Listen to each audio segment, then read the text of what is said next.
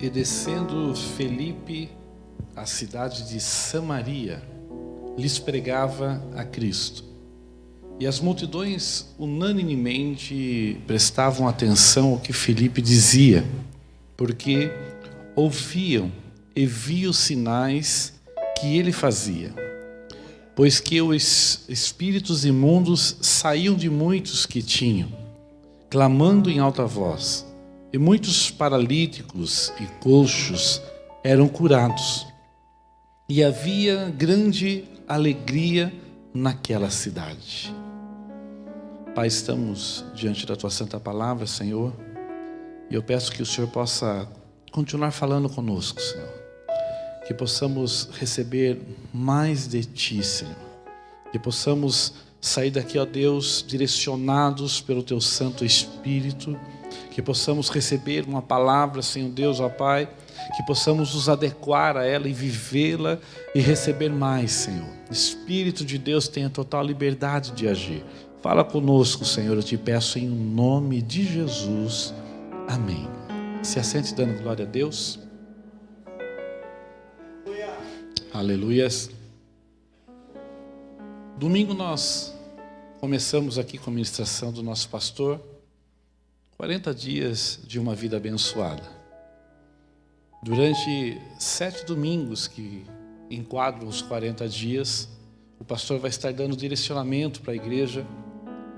E nas terças-feiras nós vamos continuar com essa mensagem, dentro dos 40 dias. E nas terças-feiras eu vou estar falando a respeito de pessoas da Bíblia que tiveram uma vida abençoada. Como eles tiveram, quais foram as estratégias que Deus deu a eles e o direcionamento que eles tomaram para que a vida deles fosse abençoada.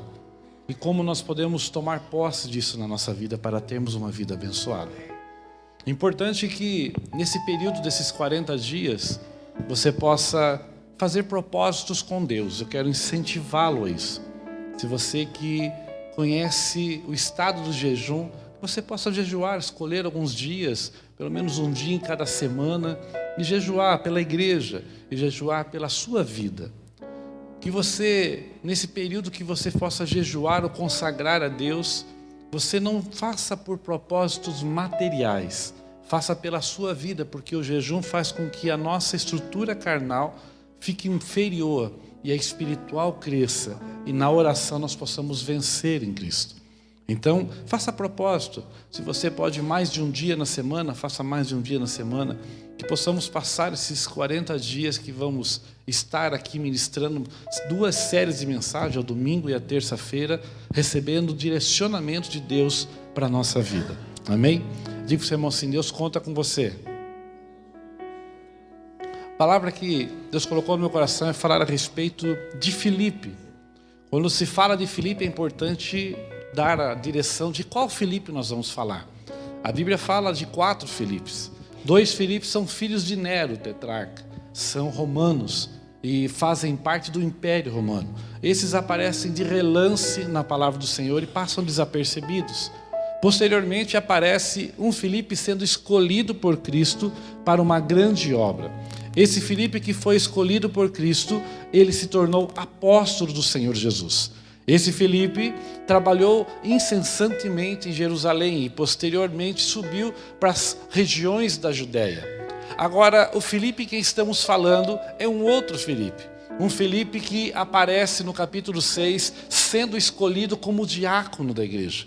Percorre um tempo como diácono e logo após um tempo ele junto com Estevão são perseguidos e Estevão é pego por Paulo e levado diante da congregação e é apedrejado.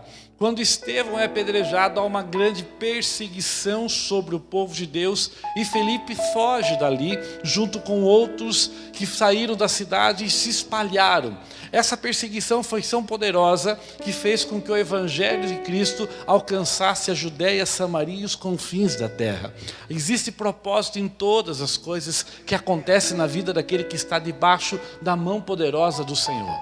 A Bíblia fala que Filipe sai dali e vai para Samaria. Interessante que a ida dele para Samaria é uma ida para um lugar onde ninguém queria ir. Os judeus e os samaritanos tinham um problema muito grave de relacionamento.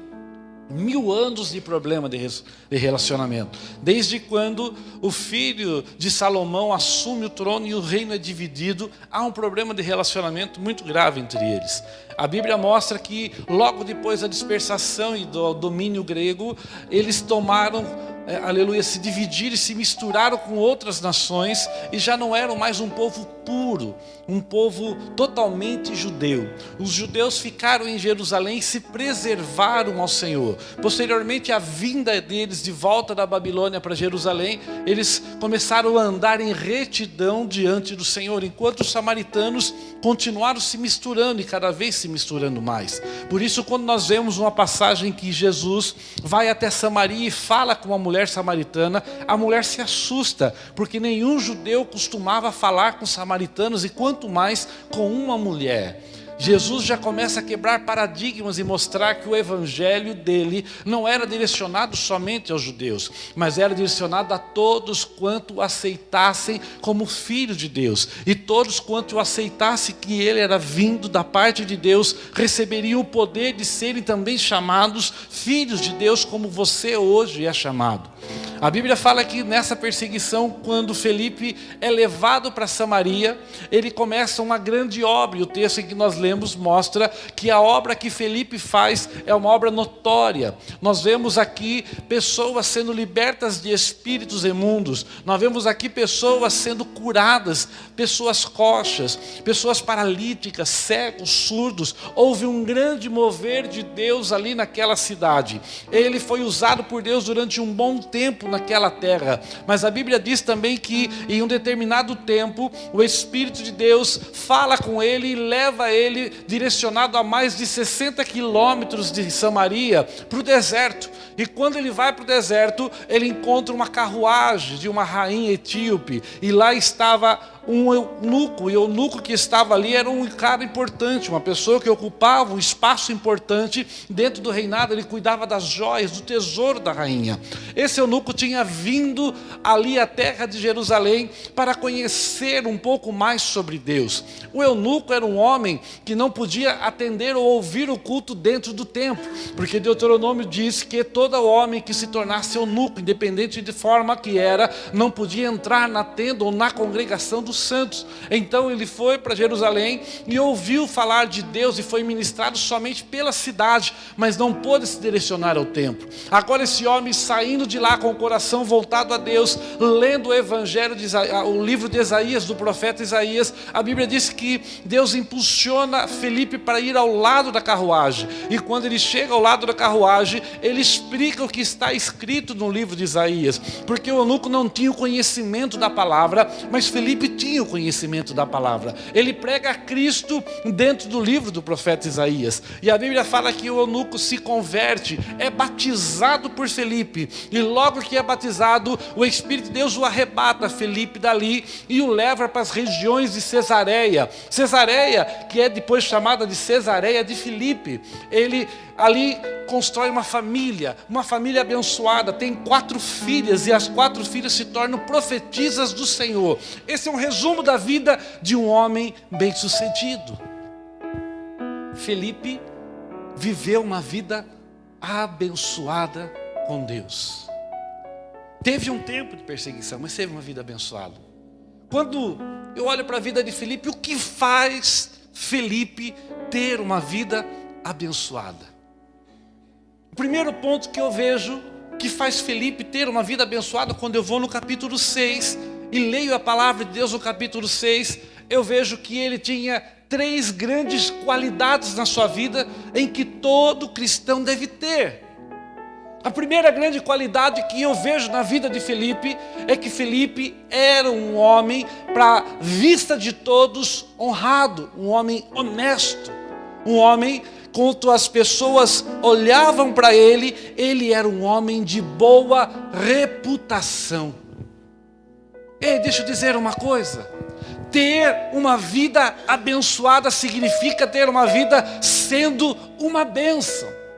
Quando voltamos lá no chamado de Abraão, nós vemos Deus falando para ele: Abraão, eu vou abençoar a sua vida, vou abençoar aqueles que te abençoam, vou amaldiçoar aqueles que te amaldiçoam. Mas o mais importante de tudo não é isso. O mais importante de tudo é que você vai ser uma bênção.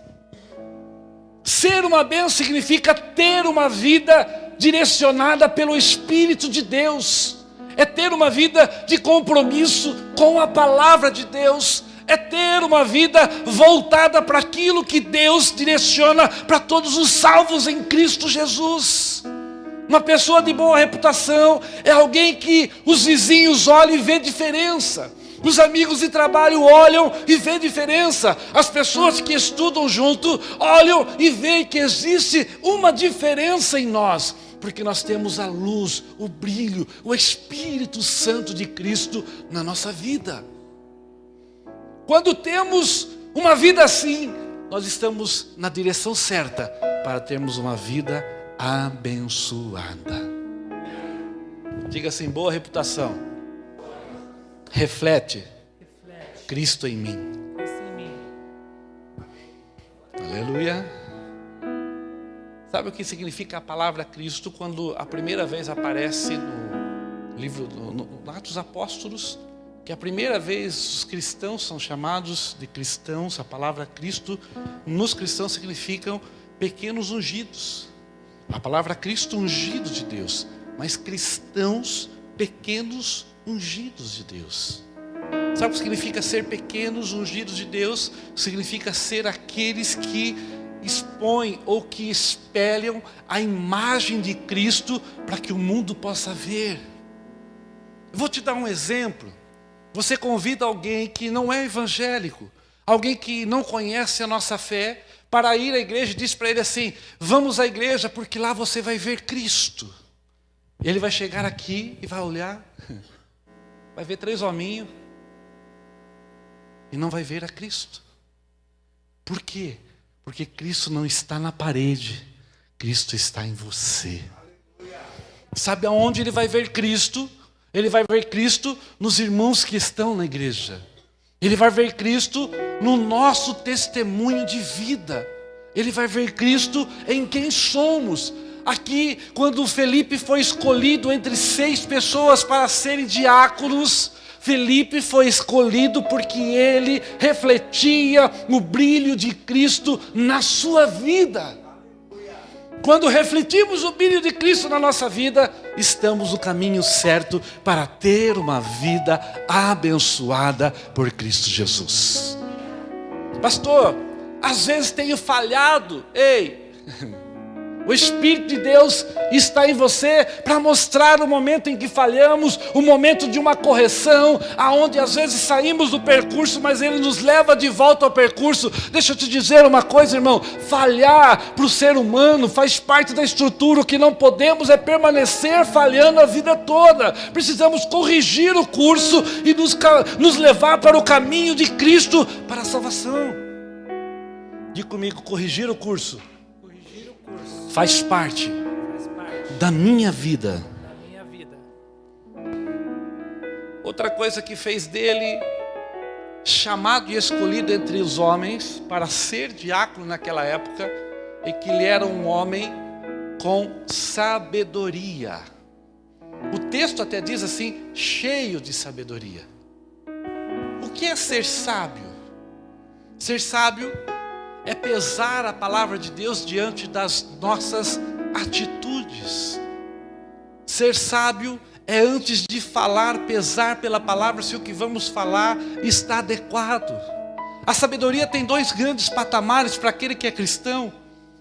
O primeiro patamar é a sabedoria comum, humana, adquirida com o conhecimento, quando estudamos, buscamos algo em alguma direção. Quando você fala com um engenheiro, ele é um homem sábio na área da engenharia. Quando você fala com alguém da medicina, ele é alguém sábio nessa área. Quando falamos com alguém como a área imobiliária, nós vamos ver alguém sábio nessa área. São pessoas que distinguiram e levaram a sua vida e têm a sabedoria nessa área. Mas além desse peso dessa área, tem uma outra área que temos que buscar, que é a sabedoria de Deus para nos direcionar a cada passo que nós vamos dar. A Bíblia fala que ali Felipe era cheio de sabedoria, significa que ele tinha sabedoria humana. Tanto é que ele pega a palavra e ensina, mas ele tinha também a sabedoria de Deus, que o direcionou a uma cidade como Samaria. E lá em Samaria ele prega o evangelho a pessoas que não eram aceitas, mas agora pelo poder de Deus são aceitas. Ele usa de sabedoria com as suas palavras, com as suas atitudes. E essa sabedoria de Deus, diz Tiago na sua carta, que ela está liberada para todo aquele que pedir e quer diante de Deus. Já pediu sabedoria para Deus alguma vez? A nossa vida deve ser direcionada em buscar sabedoria de Deus. E também entender que se você quer crescer em alguma área da sua vida material, você tem que buscar sabedoria nessa área. Se capacitar. E muitas das vezes eu já passei por isso, de desejar crescer dentro de uma empresa, mas não buscar conhecimento para alcançar aquele espaço dentro da empresa. Às vezes nós achamos que só porque temos Cristo na nossa vida, Deus vai fazer com que o proprietário de uma empresa olhe para nós, mesmo sem capacitação, e nos coloque no devido lugar. E isso não pode acontecer, porque o correto dentro do contexto bíblico é que a gente busque a sabedoria para alcançar aquele espaço. E vou dizer algo para você: nunca é tarde para você se direcionar a crescer em sabedoria no ramo de trabalho que você desempenha. Semana passada eu vi alguém falar, não lembro quem, a respeito de uma pessoa que está na Facens aqui em Sorocaba, estudando. 72 anos fazendo faculdade de engenharia. Talvez alguns olhem e digam para ele, 72 anos, o senhor vai sair daqui com 77, se tudo correr bem. E aí? 77. E essa pessoa que ingressou na faculdade junto com ele, perguntou para ele, por que o senhor quer ser engenheiro? Por que se formar em engenharia? Ele disse assim, que ele tinha 16 formações. 16. E ele falou, eu não posso parar com o conhecimento. Eu tenho que adquirir conhecimento. E perguntaram para ele, você tem algum ramo de atividade nessa área? Ele disse assim, eu tenho um filho engenheiro. Eu falei, olha que legal. Você pretende trabalhar com ele? Eu falei, não, eu pretendo continuar dando conselhos a ele. Dá para você entender isso? Um homem buscar conhecimento para continuar sendo o conselheiro do seu filho. Dá para entender? Essa pessoa foi mais ousada e perguntou sobre outras formações. Ele se formou psicólogo porque a filha é psicóloga. Ele queria estar no mesmo nível que os filhos. Ele não parou de buscar conhecimento. Se você tem um alvo na sua vida, não pare de buscar sabedoria para alcançar o alvo que você tem. Se o teu alvo é ministerial, vá buscar conhecimento nessa área. Se o teu alvo é material, em alguma área, algum ramo de função, busque a sabedoria. E ao mesmo tempo que você busca essa sabedoria humana, carregue-se da sabedoria de Deus sobre a sua vida. Porque o ser humano comum, ele tem a sabedoria humana e cresce nela. Mas o ser humano que tem a Cristo, ele busca a humana, mas quando ele recebe junto a do céu, ele voa nas asas do Espírito e ninguém o segura. Ele vai mais longe do que qualquer um, porque ele tem uma vida abençoada. Não podemos ficar para trás. Há 10 anos atrás, para trás, nós éramos chamados de pessoas que éramos dotados de desconhecimento de causa. Os cristãos mais, não vou falar mais antigos, mas mais experientes, lembram disso? Quando eu falava assim que alguém ia virar crente, né? Eu não sei se como tem, desvira e vira, né? Mas ia virar crente.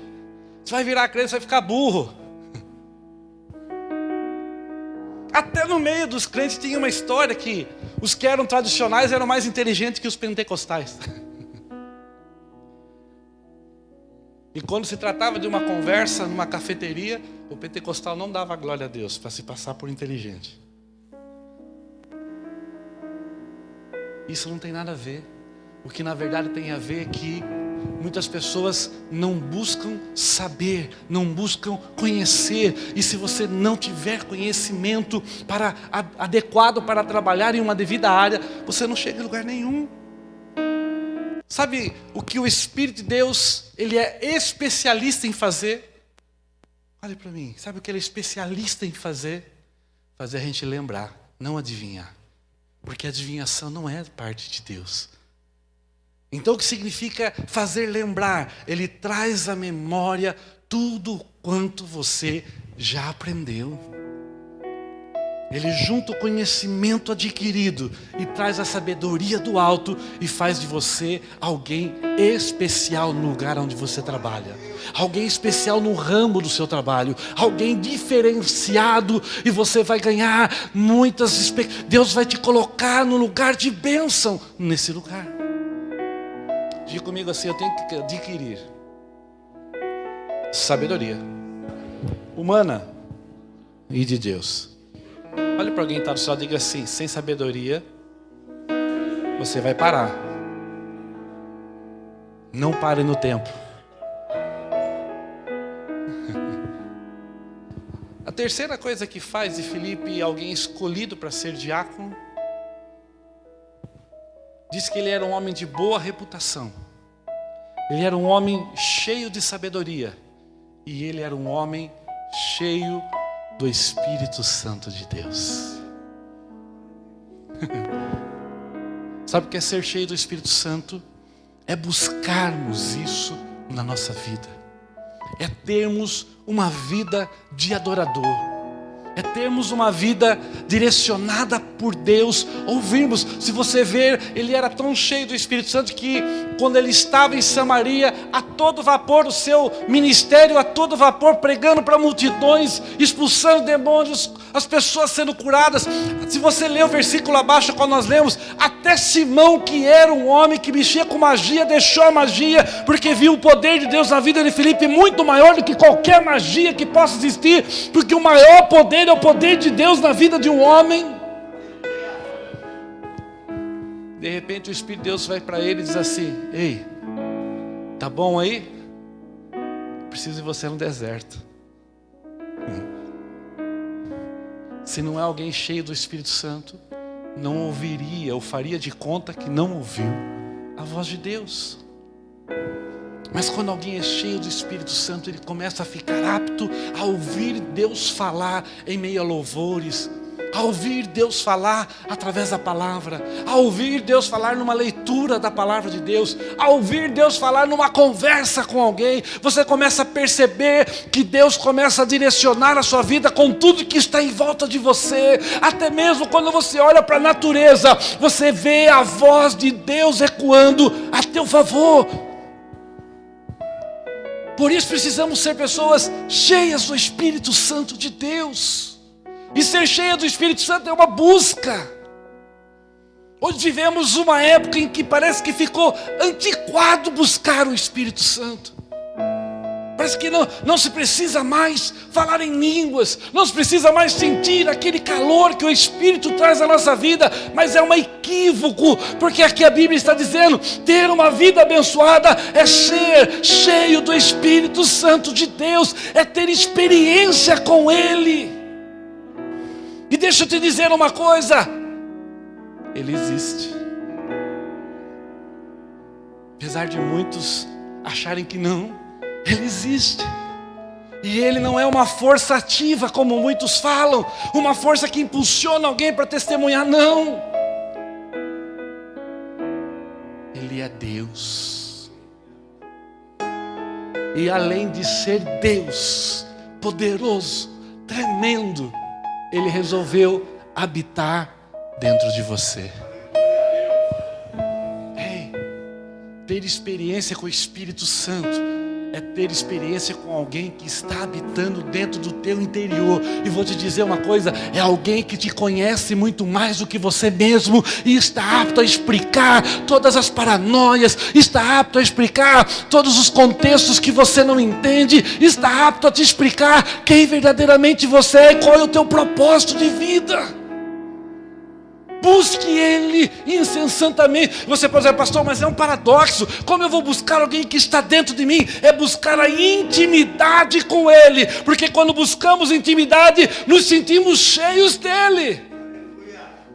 E quando buscamos essa intimidade, nos sentimos cheios dEle, sabemos que o poder de Deus está operando em nós.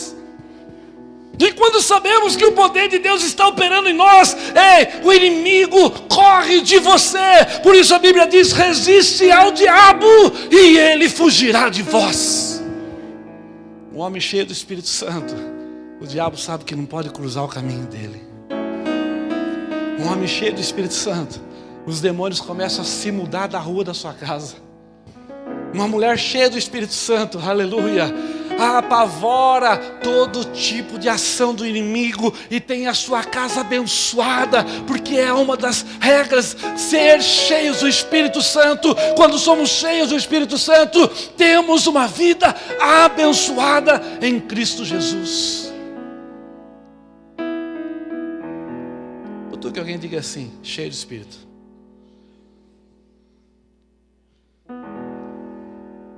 Cheio do Espírito Santo de Deus.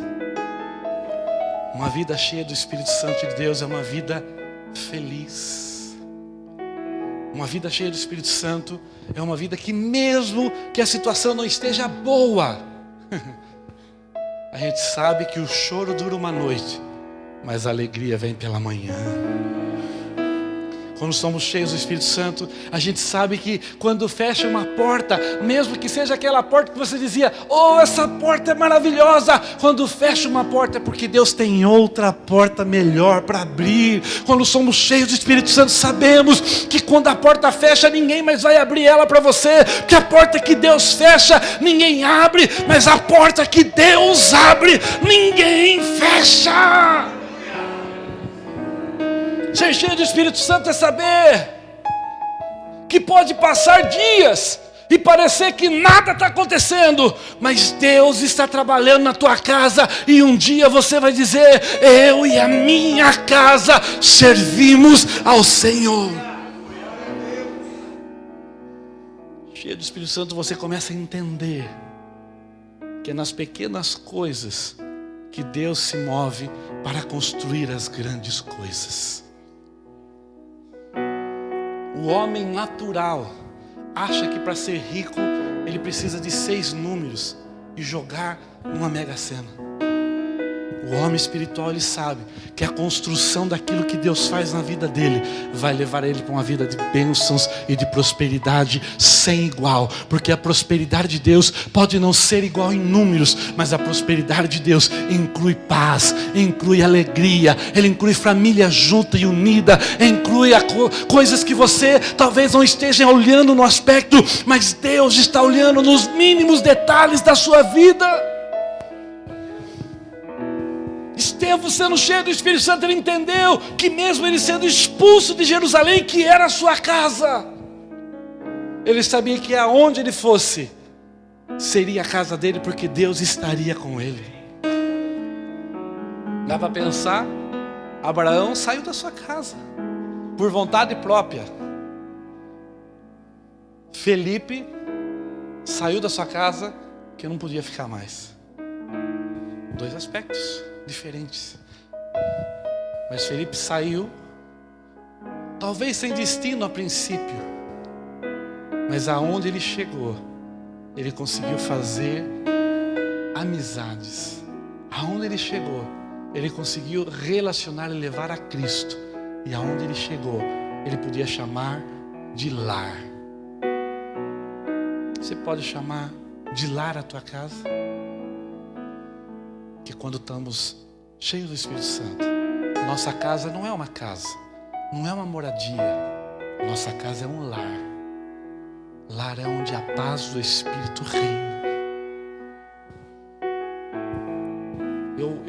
Se tem uma coisa que o meu coração se aperta quando eu vejo um cristão, eu não estou falando crente, cristão, que fala, minha casa parece um inferno.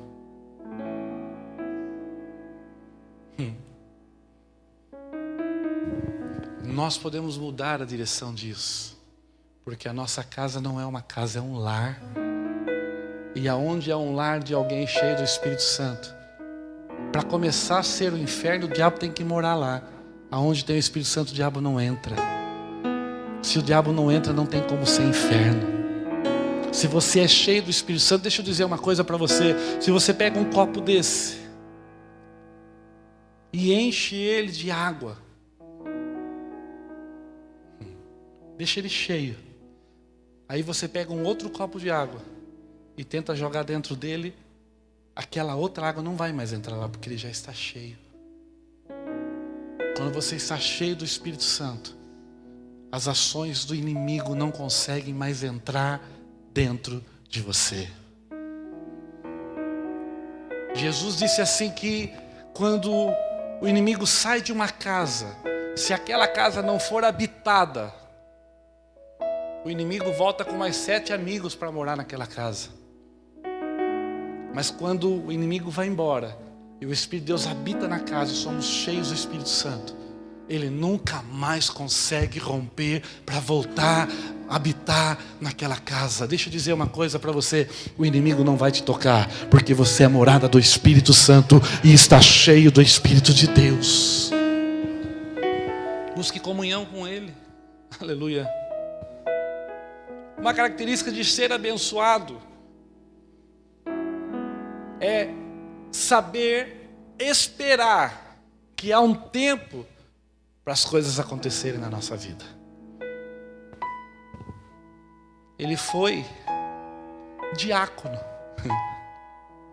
servia, na nossa linguagem popular de culto hoje, servia a ceia, ficava cuidando dos bancos, limpando a igreja. A função diaconal que dizia o texto é que ele servia a ceia, ele cuidava da viúva, do órfão, do estrangeiro, ele levava alimento para as pessoas que precisavam. A função dele era ficar cuidando desse tipo de manutenção. Mas ele esperou em Deus. Quando ele foi levado a Samaria, a Bíblia fala que ele já não é mais um diácono. Agora em Samaria ele é um evangelista. Há um tempo. E ele não foi ansioso, querendo romper a barreira e atravessar o tempo. Quando ele foi levado para pregar para o eunuco, ele era um evangelista. Mas a Bíblia fala que quando ele estava lá habitando em Cesareia, ele é chamado de bispo. Porque ele já não era mais sozinho, agora abaixo dele havia outros pastores, a qual ele cuidava e ensinava. Deixa eu dizer uma coisa, ei, Deus está trabalhando na sua vida. Talvez hoje você ainda não tenha o que você espera ter, mas seja feliz com aquilo que você tem, porque Deus está trabalhando para te levar aonde você quer chegar. Talvez você ainda não esteja enxergando, mas Deus está trabalhando e o tempo de Deus está correndo a teu favor. Já foi uma época na minha vida que eu via aquele relógio rodando e dizia assim: ele está me atrapalhando, está voando o tempo. Hoje eu olho para o relógio de forma diferente. Quando eu vejo as horas passando, eu entendo que duas coisas estão a meu favor. Primeiro, a minha promessa está chegando. Segundo, Jesus está voltando. Quanto mais bate aquele ponteiro, significa que Jesus está chegando. Está entendendo? Não se anseie em alcançar mais rápido do que o tempo. Dê cada passo de uma vez. Dê cada passo de uma vez. Às vezes a gente se depara com situações, pastor, que a vontade é fazer igual ao João do Pulo, né? Dar aqueles 3 pulos assim e já chega lá longe, né? Mas o caminho de Deus é passo a passo. Sabe por quê? Porque cada passo da sua vida é uma etapa que você faz. E se você pular etapas, ela vai fazer falta lá na frente. Se você pular etapas, ela vai fazer falta lá na frente. Quer que eu explique melhor? Vou te explicar melhor. Conheci Jesus. 6 meses estava dando aula bíblica numa clínica de recuperação de drogados. 1 ano e meio depois, a pastora da igreja disse assim: vou te separar para ser diácono. Antes de ser ungido diácono, eu fui para uma igreja, pastorear uma igreja. Foram anos abençoados, mas foram anos que atormentaram a minha vida. Porque eu não fui pastoreado para ser pastor. Sabe o que é?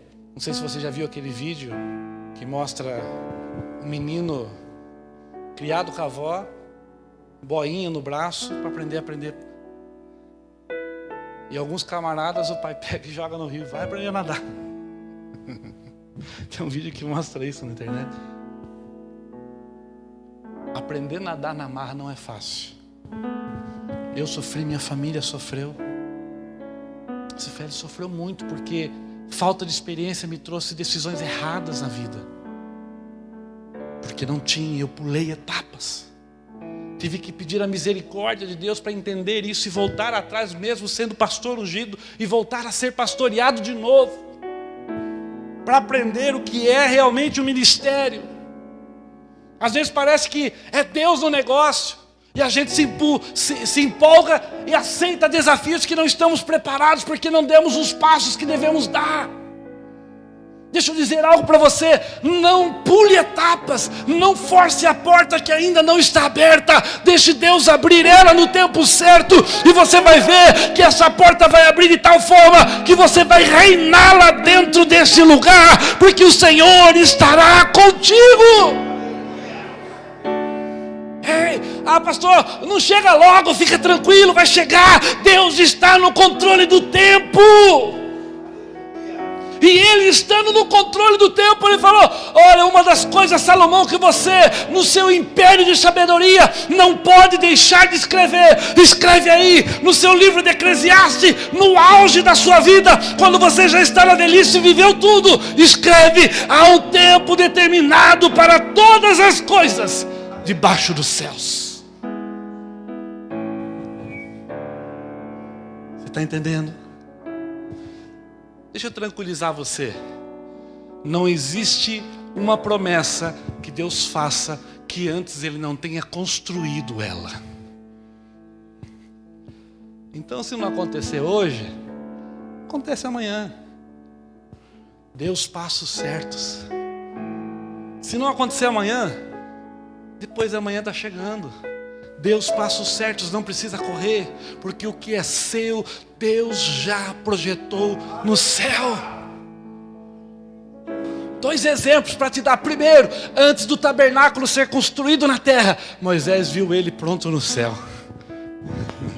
Segunda coisa, Paulo, entendendo isso, escreveu aos Efésios dizendo assim: ei, entendam uma coisa, o meu Deus e Pai, do nosso Senhor e Salvador Jesus Cristo, já tem preparado para vocês todas as sortes de bênçãos nas regiões celestiais. Paulo está dizendo, em outras palavras, está dizendo assim: ei, tudo que Ele prometeu para você já existe no céu, e é questão de tempo, você não precisa cortar etapas, vai acontecer aqui na terra. Você está preparado para aquilo que Deus tem para você? Você está preparada? Está preparado? Está preparada? Porque o que Deus tem para você vai mudar a tua história.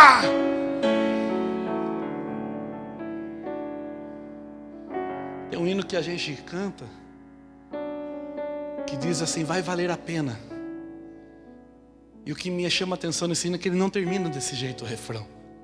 Ele termina dizendo assim: Senhor, valeu a pena. Sabe o que significa? Vale a pena. Porque vai chegar um tempo que você vai dizer: valeu a pena. Valeu a pena esperar. Valeu a pena passar pelo que eu estou passando. Porque tudo isso foi a instrução de Deus, o tempo de Deus para me colocar na posição certa. Uma outra coisa para ter uma vida abençoada, irmão. Aleluia. Entenda uma coisa.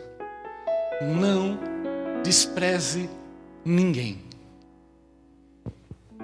Ter uma vida abençoada é você ter, se não relacionamento, mas pelo menos conhecimento de pessoas, respeito das pessoas, independente de quem elas sejam.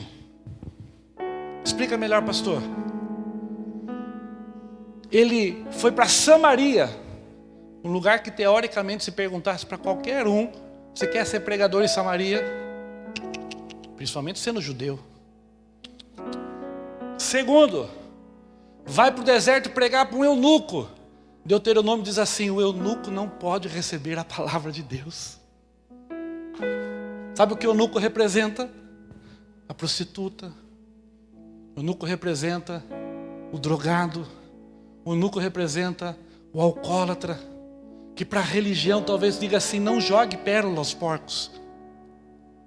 Mas não era isso que Jesus estava falando. Jesus estava falando de não jogar pérola aos porcos àqueles que têm religião. Aqueles que se acham sabichões. Mas aqueles é preciso levar o evangelho. Ele não teve por questão dizer assim, não, é um eunuco que está ali, Senhor. Quando Deus falou, vai lá e prega. Ele foi lá e pregou e batizou o eunuco. Para ele não havia diferença entre pessoas.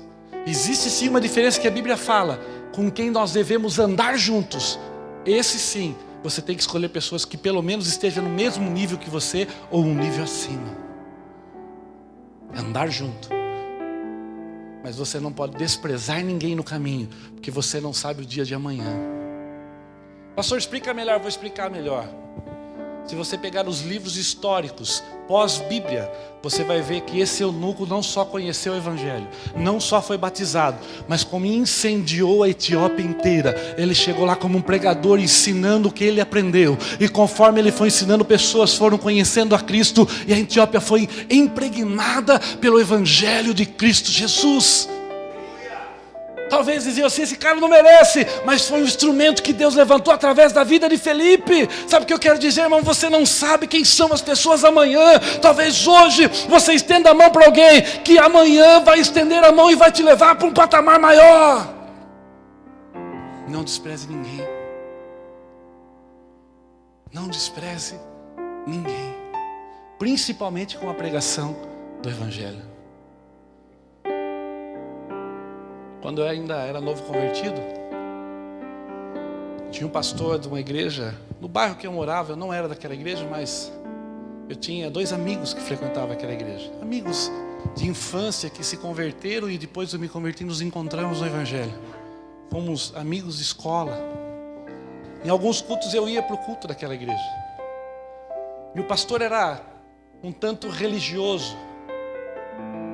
Para ter uma ideia, ele nunca pôs uma calça jeans. Nem para dormir. Um tanto quanto religioso. Um dia, esse homem atravessou o Largo do Rosário, aquela praça ao lado da Praça do Canhão, no centro de Sorocaba. E quando ele atravessou aquela praça, uma prostituta foi até ele porque ele estava vestido de culto. E disse para ele, me dá uma palavra. Fale alguma coisa de Deus para mim. E ele se desviou dela. Não, não posso falar com você. O que vão pensar de mim? Ela falou, eu preciso de uma palavra. Ele disse, não, o que vão pensar de mim? E ele seguiu e foi embora. Porque lá embaixo do Largo do Rosário era onde era o ponto final dos ônibus que ia para Votorantim. E ele pegou o ônibus e foi embora. Quando ele contou para a esposa dele falou assim, aonde ela estava? Covarde. Disse, ela estava em tal lugar. A gente vai voltar lá agora e procurar por ela. E eles voltaram para lá.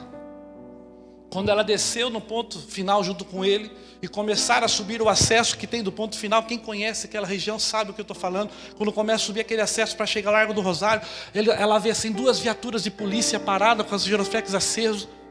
E quando ela vai chegando mais próximo, ela vê algumas prostitutas.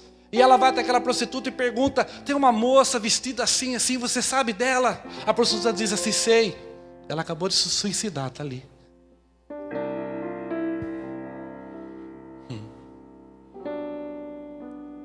Eu vi aquele homem mudar a vida dele.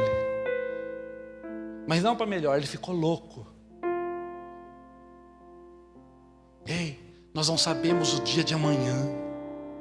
Nunca despreze ninguém no seu caminho, para que você tenha uma vida abençoada.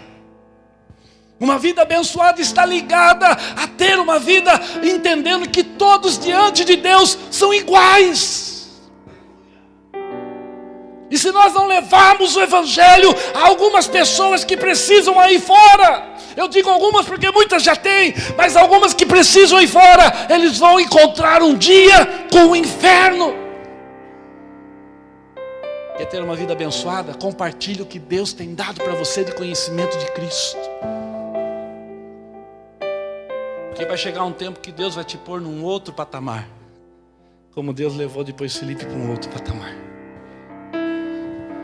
Para concluir, aleluia, Filipe se tornou em um homem com uma família abençoada. Sabe o que eu entendo aqui? O que Deus quer fazer na sua vida não é individual. O que Deus quer fazer na sua vida é para a tua casa. O que Deus quer fazer com você, não é um método individual e cada um por si, Deus para todos, não. O que Deus quer fazer na tua vida, quer alcançar a tua casa. Como assim, pastor? Ele foi bem casado, teve 4 filhas e as 4 filhas foram profetisas de Deus, seguiram o Evangelho. Sabe o que significa? Deus cuidou da casa, Deus cuidou da família, Deus cuidou de Filipe em todos os detalhes. Deixa eu dizer uma coisa, Deus vai te dar uma vida abençoada. Você vai viver o que nunca viveu, mas não sozinho. A tua casa, a tua parentela, a tua família vai ser alcançada por aquilo que Deus tem para entregar nas tuas mãos.